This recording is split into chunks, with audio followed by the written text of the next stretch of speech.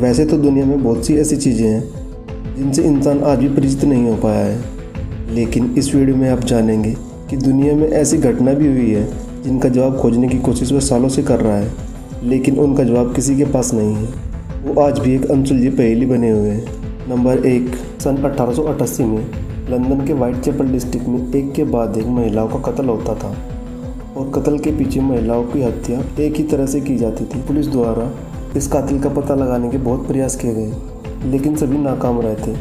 फिर एक लेटर सामने आता है। लेटर लिखने वाला यह लिखता है कि मैं ही असली कातिल हूँ। लेटर में उस व्यक्ति ने अपना नाम द जैक रिपर लिखा था।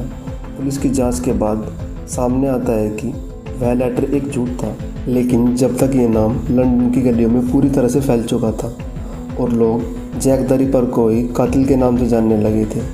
तमाम कोशिशों के बाद भी यह नहीं पता चल पाया कि उन 5 मर्डर करने वालों के पीछे आखिर था कौन। इस घटना को 150 साल बीत जाने के बाद भी लोग इस मिस्ट्री में काफ़ी इंटरेस्ट लेते हैं। नंबर 2 पर है श्राउड ऑफ ट्यूरिन। यह एक ऐतिहासिक कपड़ा है जो जॉन द बैप्टिस्ट चर्च में रखा गया है। कपड़े पर एक इंसान की तस्वीर बनी हुई है। कहा जाता है कि यह तस्वीर ईसा मसीह की है। माना यह भी जाता है कि ईसा मसीह को सूली पर चढ़ाने के बाद उन्हें इसी कपड़े में रखा गया था और इस कपड़े पर उनकी छवि बनी हुई है।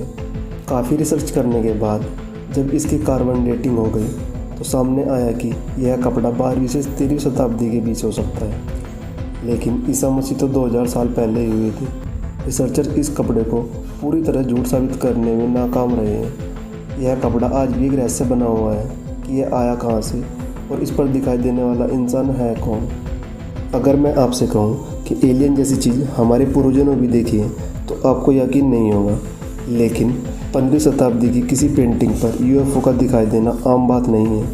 हमारे पूर्वजों को भी एलियन जैसी किसी चीज़ का आभास था और ये एलियन जैसी चीज़ें हमारी दुनिया में नई नहीं है। हिस्टोरियन मानते हैं कि इसमें यूएफओ नज़र आते रहते थे और कई पेंटरों ने इन्हें अपनी पेंटिंग में भी कैप्चर किया है। उसमें से इटली के एक पेंटर डोमिनिको भी थे।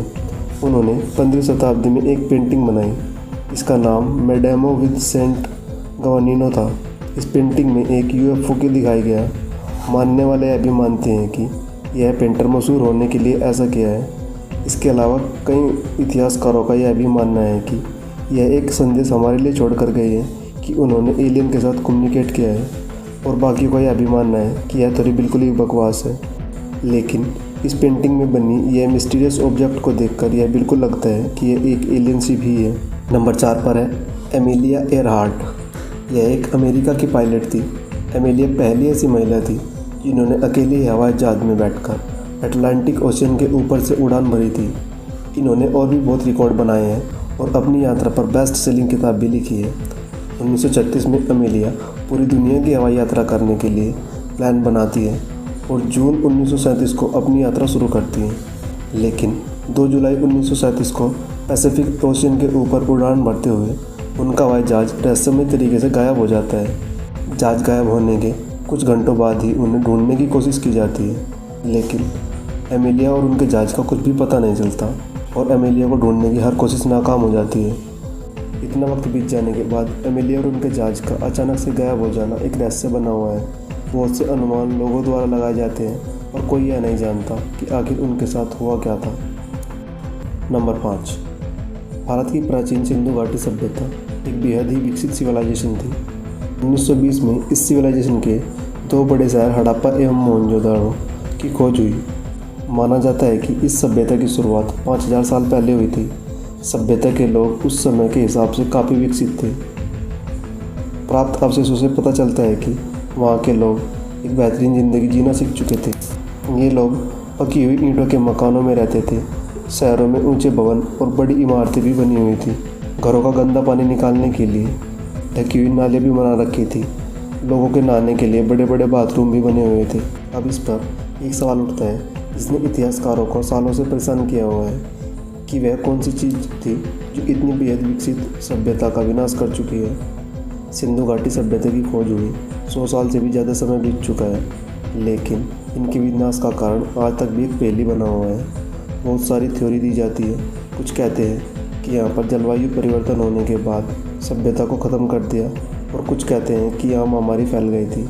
और कुछ लोगों का तो यह भी मानना है कि यहाँ पर आर्यों ने आक्रमण किया और सब कुछ तबाह कर दिया। सच क्या है यह कोई नहीं जानता।